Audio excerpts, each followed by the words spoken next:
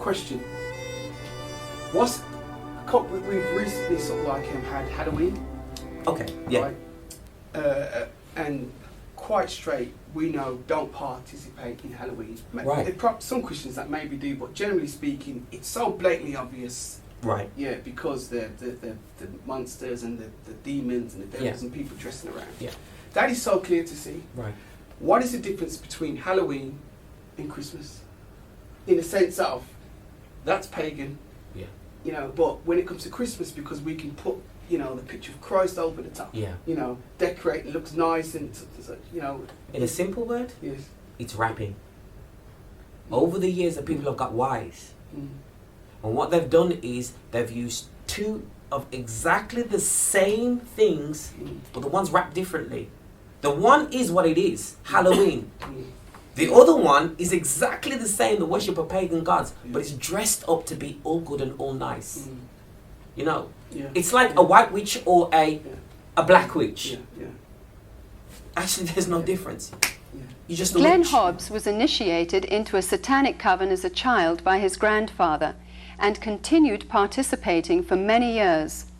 I recently asked Glenn about his involvement and the importance of Halloween to the occultist. Well, my involvement in satanic worship was, I was involved in it as a child. Of course, I was a generational Satanist, what they call a generational Satanist, and what that means is that my family was involved in it and their family before them. Now, my earliest rememberings of Halloween and some of the things that were involved was, it was a very dark time for me as a child. It was something that I didn't enjoy. Glenn, could you tell us about your involvement in any rituals at Halloween as a child? There was another little girl that was involved in the occult with me, and her name was Becky. Now, Becky was a different type of child. She was blessed to be a sacrifice. I was being blessed to be a high priest, where she was being blessed and born into the coven there to be a sacrifice. Now, we were in a ritual where we were married together. It was a marriage to the beast, and me and the little girl were married together, and there was a lot of sexual abuse that took place and a lot of blood that was spilt over us, joining us together. When do Halloween rituals actually begin, and what is the ultimate purpose of Halloween? Well, the ritual that I remember the most clearly began about the end of September. Me and the little girl, the one I mentioned named Becky, the abuse was very concentrated at that time. We were taken into several rooms where our clothing was removed. We spent the next couple of weeks in a kind of a shack where a lot of rituals went on, where a lot of animals were killed. They summoned Lucifer and his spirit to come and possess me, and so that I would be blessed to take over the position of the high priest at a certain point in time. Now, Halloween night, they had again put me and the little girl in the back of this van, and we again drove off, which seemed like for a long time. We were drugged once again, and we finally came to this stop.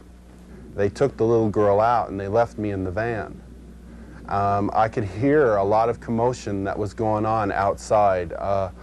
People that were screaming and yelling, and this low murmuring and a moaning noise that was going on, like some kind of a low chanting noise that was going on. So I knew in my mind there was some type of a ritual going on, because I'd heard that many times before. You know, it was real common to see people fall on the ground and convulse and go into convulsions during rituals and stuff with the demonic presence that were around. And finally, a woman came to the back of the van and she said, "It's time to go." And she brought me out of the van, and I could see that there was just a lot of people around. Some were dressed in dark brownish kind of robes with hoods over them. They took me up and they led me up to this stone altar. And I remember I saw the little girl, and she was on the altar. Now, at first, you know, I just wondered what was going on, because you never knew. I mean, they used the altar for a lot of different things. They could have just been sacrificing an animal over, could have been a sexual abuse from the high priest on to her. You know, it was a hard thing to know for sure.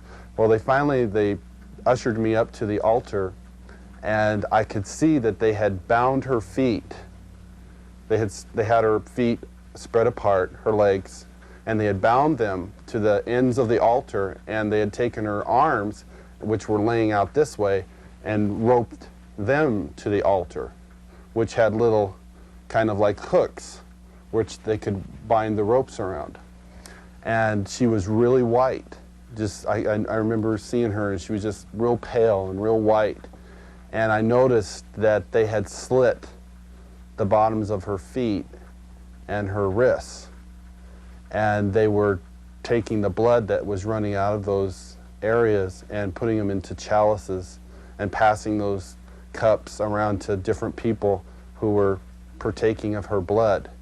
Then the high priest, he took the athami, or the ritual knife, and he picked it up and he put my hand on it, and then he forced it into her chest.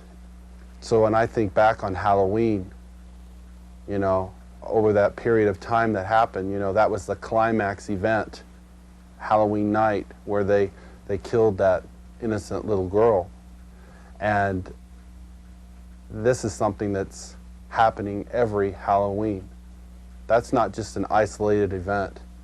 I mean, there are children all over the world who are losing their lives during Halloween night, and yet we, as a society, we go out and celebrate it, and we go door to door and we ask for candy, and it's a big celebration to us.